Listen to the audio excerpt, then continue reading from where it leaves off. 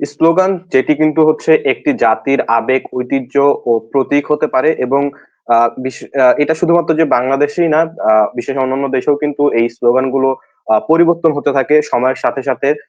বিভিন্ন রাজনৈতিক পট বা পরিবর্তনের ফলে তারই ধারাবাহিকতায় কিন্তু এই যে 5 আগস্ট বা পরবর্তী সময়ে কিন্তু বাংলাদেশেও এই স্লোগানটি নিয়ে কিন্তু আসলে বিতর্ক চলছে।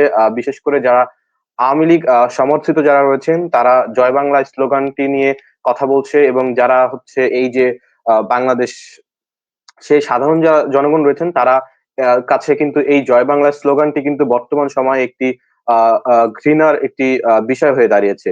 তো এই বিষয়গুলো আসলে কেন হয়, কেন সময়ের সাথে সাথে এই স্লোগান গুলোর হচ্ছে অর্থের পরিবর্তন হয়, সেগুলো নিয়ে আজকে আমরা একটু আলোচনা করি।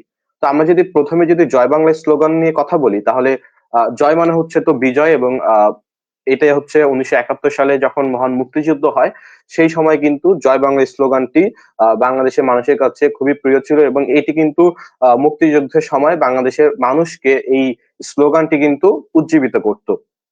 আবার এই যে বাংলাদেশ জিন্দাবাদ, এই জিন্দাবাদ শব্দটি কিন্তু হচ্ছে একটি উর্দু ভাষার শব্দ, এবং স্বাধীনতার পরে বিশেষ করে এই স্লোগানটি কিন্তু ব্যাপকভাবে কিন্তু সাড়া ফেলেছিল। এবং অনেকেই আসলে বলে যে এই যে যে বাংলাদেশ জিন্দাবাদ এইটা হচ্ছে মূলত পাকিস্তানিদের স্লোগান। বিশেষ করে যারা আওয়ামী লীগের সমর্থিত যারা রয়েছেন তারা কিন্তু এই দিকটা মনে করেন। এছাড়াও আমরা যদি দেখি যে এই যে 5 আগস্ট পরবর্তী বা এই যে জুলাই আগস্টে যে গণঅভ্যুত্থান হয়েছে সেই সময়টায় কিন্তু আরেকটি স্লোগান খুবই ব্যাপকভাবে কিন্তু সাড়া ফেলেছে, সেটি হচ্ছে ইনকিলাব জিন্দাবাদ। এখন ইনকিলাব মানে হচ্ছে বিপ্লব বা পরিবর্তন, এবং এটি বিশেষ করে বিভিন্ন রাজনৈতিক সমাবেশ এবং আন্দোলনে কিন্তু এই স্লোগান গুলো কিন্তু এখন ব্যাপকভাবে কিন্তু আসলে ব্যবহৃত হচ্ছে।